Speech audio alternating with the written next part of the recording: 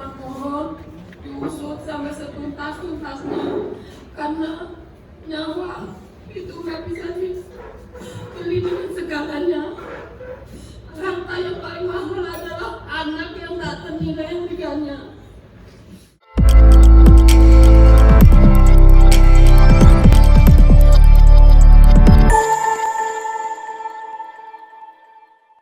Anda Mas Ilham nonton sama siapa? Ya sama teman-teman ya, sama adik saya ini. Jadi datang sudah ketika yang membuat kemudian panik itu pada menurut Ilham gimana? Ya pas pakai air mata itu. Yang di lapangan itu. Ya lapangan sama di tribun bawah. Jarak dari apa ya? Si Ilham dengan gas air mata itu cuma pucuknya saja atau pas kena Belakangnya mas. Cara udah turun dari tengah-tengah itu. Jadi 5 meteran pak. nah, pengalaman kan? Nah, Sampai tersungkur. ya pagarnya kan patah. Iya. Mau turun kan patah. Itu Terus Anda cari keluar dari pintu berapa? 13. 13 ya. Nah, ketika keluar itu apa yang terjadi di sini? Ya kaki saya kulit besi ditimpa sama anak-anak banyak. Sempat nggak tubuhmu diinjak-injak? Saya di bawah sendiri, separuh di sini. Adik saya di depan saya. Iya segini ini. Ini separuh ya banyak anak pak. Penting 5 bulan anak. Saya di bawah sendiri. Iya. Kaki saya ini kena besi pagar gitu. Setelah itu yang lolos ya? Ya nolong ya anak-anak Arema itu. Tapi ada cerita khusus, tapi kira-kira dalam posisi sekarang ini apa yang Anda pikirkan melakukan atau Anda yang Ya harapan saya dituntas jelas-jelasnya gitu pak. diusut tuntas? Iya. Waktu itu saya sama kakak saya duduknya agak jauh. Jadi kakak saya jarak 6 orangan. Saya itu sama teman saya. Waktu itu mau keluar itu pintu ditutup pak, nggak bisa keluar. Tapi Pintu 13 ya? Ya pintu 13 ditutup. ketika Anda pergi itu, ketika gas datang itu atau Ketika gas datang, sudah 2 tembakan. 2 tembakan baru, ya, baru mau turun ke pintu itu ada tembakan lagi, langsung banyak yang mendorong, akhirnya pagarnya jatuh. terpuruk gitu ya? Ya, saya di bawah sendiri, kakak saya di atas. Waktu keluar itu keluarnya dari ventilasi yang dibobol sama Arema lainnya. Ya, Bukan ya, dari pintu ya? bukan. Keluarnya bukan dari pintu. Jadi jatuh terpuruk gitu ya? Ya, jatuhnya tengkurap. Ini saya gini, tapi nggak kuat saya. Lalu berapa menit Anda ketika di situ? 1 jam. 1 jam kan ya mas? 1 jam. Soalnya di bawah sendiri, nunggu yang di atas dikeluarkan. Dikeluarkan melalui ventilasi. Ya, dikeluarkannya melalui ventilasi. 1 jam? Ya, 1 jam lebih. Saya pagarnya diambil, baru saya bisa ditolong. Pagar yang menimpa itu ya? Iya.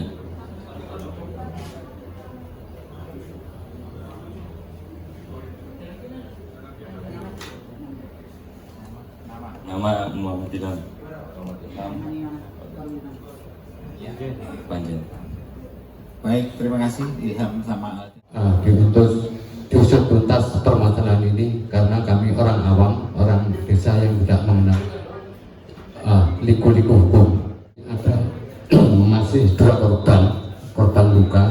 Ini tidak dapat apa-apa dan kami sebagai tokoh masyarakat harus mengadu ke siapa. Sekian, terima kasih. Assalamualaikum warahmatullahi wabarakatuh. Terima kasih Pak. Nah, monggo berikutnya Ibu. Aku ibu dan almarhum Dewi Amir Kusumati. Saya cuma mohon diusut sampai setuntas-tuntasnya, karena nyawa itu nggak bisa dibeli dengan segalanya. Harta yang paling mahal adalah anak yang tak ternilai harganya. SMK kelas 2. Cuman gitu aja, saya mohon diusut setuntas-tuntasnya. Karena sebagai seorang ibu itu pasti sakit, kehilangan anak itu nggak akan terbayar dengan apapun. Dari sakit, dari ya terus terang banyak sih Pak. Cuma kan jujur ya, biarpun dengan begitu nggak akan kembali anak saya.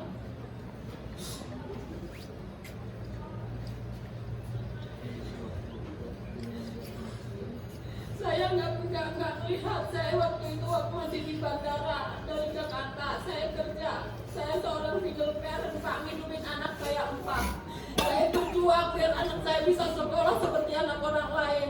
Tapi sudah kami nonton itu di Arema itu, tiba-tiba ada berita seperti itu. Itu sebab kalau buat saya bukan musibah itu Pak, itu sengajaan.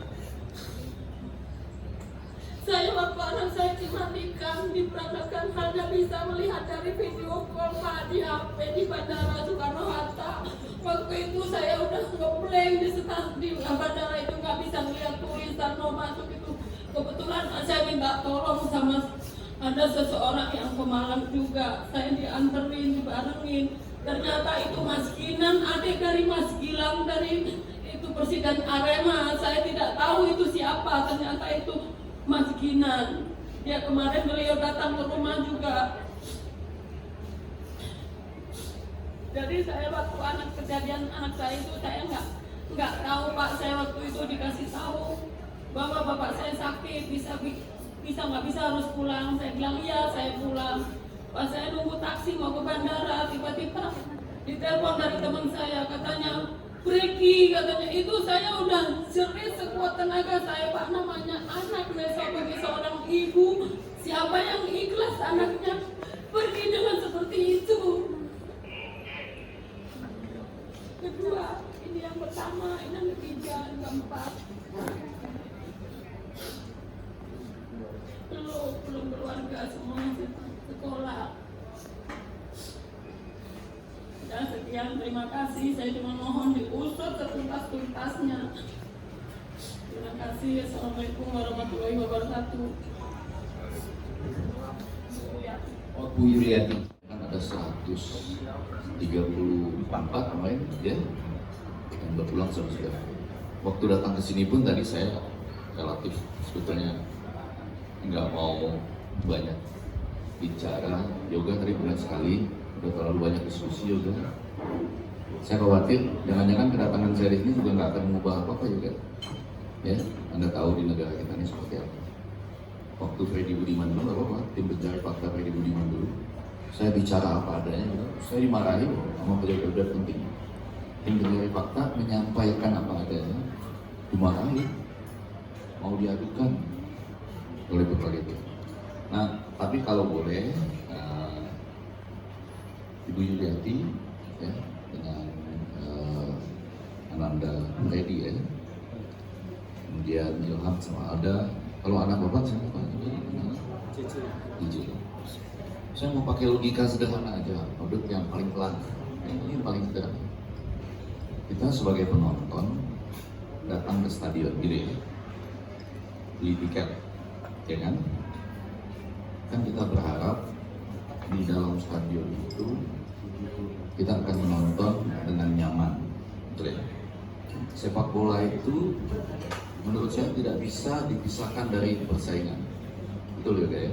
Agak aneh kalau kita nonton bola tapi kita nggak saling agak meledek dalam bentuk nyanyian gitu ya terhadap supporter lain, kan nggak mungkin. Anda bisa bayangkan nggak nonton bola tapi kita nggak nyanyi. Langsung saja ke beberapa tujuan. Satu, saya terima kasih kepada Abah kita, Abah Najib. Salam juga dari Pak Hendardi, sekarang lagi ada di Banda Aceh. Harusnya tadi sama-sama kita mau sesuatu nantinya bersama-sama sesuatu untuk Gus Aiman, Gus Wahid. Tetap akan ada doa bersama. Langsung aja ke keluarga-keluarga korban nantinya. Jadi jangan sekarang aja adanya. Nah, dalam konteks yang tadi, saya baca lagi tadi rekomendasi dari teman-teman berbagai tim yang ada ya, nggak usah sebut spesifik lah itu. Memang nggak ada tuh pendampingan sampai berkelanjutan itu, saya nggak temukan. Mungkin saya salah ya, karena kan tebal sekali laporannya. Tapi kalau poin-poin itu nggak saya temukan. Jadi tadi bersama Gus Fatur, Pak Sukowi Widodo, kita bilang mungkin Pak Kepala Desa nama rumah bersama Kanjuruhan itu bagus. Dia adalah rumah pendampingan gitu ya. Nanti harus kita cari tahu di mana didirikan, bagaimana. Tapi maksud saya harus ada rumah bersama Kanjuruhan yang melakukan pendampingan, baik tadi seperti kata Bapak, saya bisa bayangkan adik kita yang nonton lalu melihat itu ya, besoknya nangis dan lain-lain itu. Ada pendampingan untuk menguatkan kejiwaan, tapi juga seperti kata Ibu Yulianti tadi, pendampingan ya untuk konteks hukumnya seperti apa. Karena kan memang nanti segala sesuatu bisa berjalan sesuai dengan waktu. Tapi rumah bersama Kanjuruhan itu menurut saya penting kita wujudkan. Mohon sama-sama kita bisa wujudkan apa yang bisa kita lakukan. Saya selalu pikir ya, kalau kita nonton bola itu ada pajaknya juga kan yang dipetik oleh Pemda mungkin ya.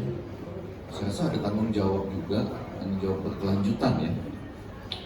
Katakanlah kalau dalam istilah komunikasi biasanya tanggung renteng dari berbagai pihak yang ada dalam penyelenggaraan acara itu. Bahkan bukan cuma penyelenggaraan satu pertandingan kan pertandingannya setahun tuh sebelum di stop kemarin. Jadi ada tanggung renteng pemangku kepentingan supaya Bu Yuliati ini menarik juga. Katakanlah Bu Yuliati kan sekarang dapat yang kita buat bagaimana-mana. Yuliati perasaannya sekarang hukum dulu lah gitu ya, artinya pendampingan secara hukum penting. Tapi ini di antara teman-temannya, nggak terlalu lama Bu Yuliati mulai merasakan bahwa dia single parents ya, mulai menghidupkan dengan harapan anak-anaknya ini semua bisa selesai kuliah dan lain-lain.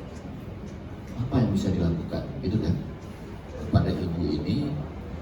Menurut saya itu nggak hanya sekarang pendampingan dalam konteks misalnya ekonomi itu terjadi, ya kan? Sebetulnya tadi saya diajak Pak Sukowi Widodo ini, saya sudah 4 hari di sini, tapi hari ini diajak langsung ketemu sama teman-teman keluarga korban. Yang diharapkan tadi saya sama Pak Sukowi Widodo ini sebagai orang ilmu komunikasi, kami ingin mendengar, karena mungkin kalau banyak yang bicara yang selama ini, jadi kita mendengar. Saya pernah punya pengalaman kan, jadi tim pencari fakta juga di kasus lain dulu, Freddy Budiman gitu, terus pencinta bola juga. Jadi saya ingin mendengar, ternyata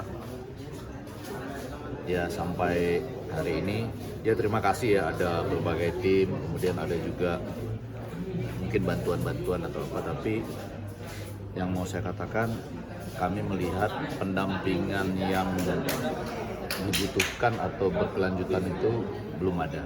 Itu kita dengar sendiri tadi, antara lain ya dari beberapa korban yang kita temui dan keluarganya itu ada Bu Yuliati, kemudian ada Ilham, Alda dan lain-lain tadi, tidak terasa pendampingan yang berkelanjutan, sehingga kita kadang-kadang seperti lepas-lepas begitu.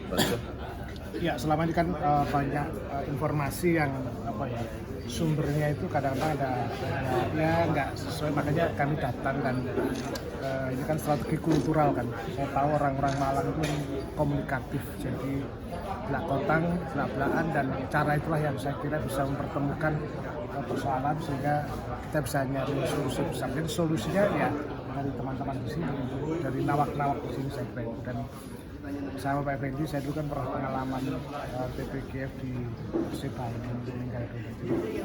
Karena saat saudara harus melebur semacam ini, dan saya kira tidak berhenti harus dengan Pak Lurah saya akan intensif, dan kebanyakan masalahnya ada Ma'iyah ya, komunitas itu, dan saya coba nanti strateginya.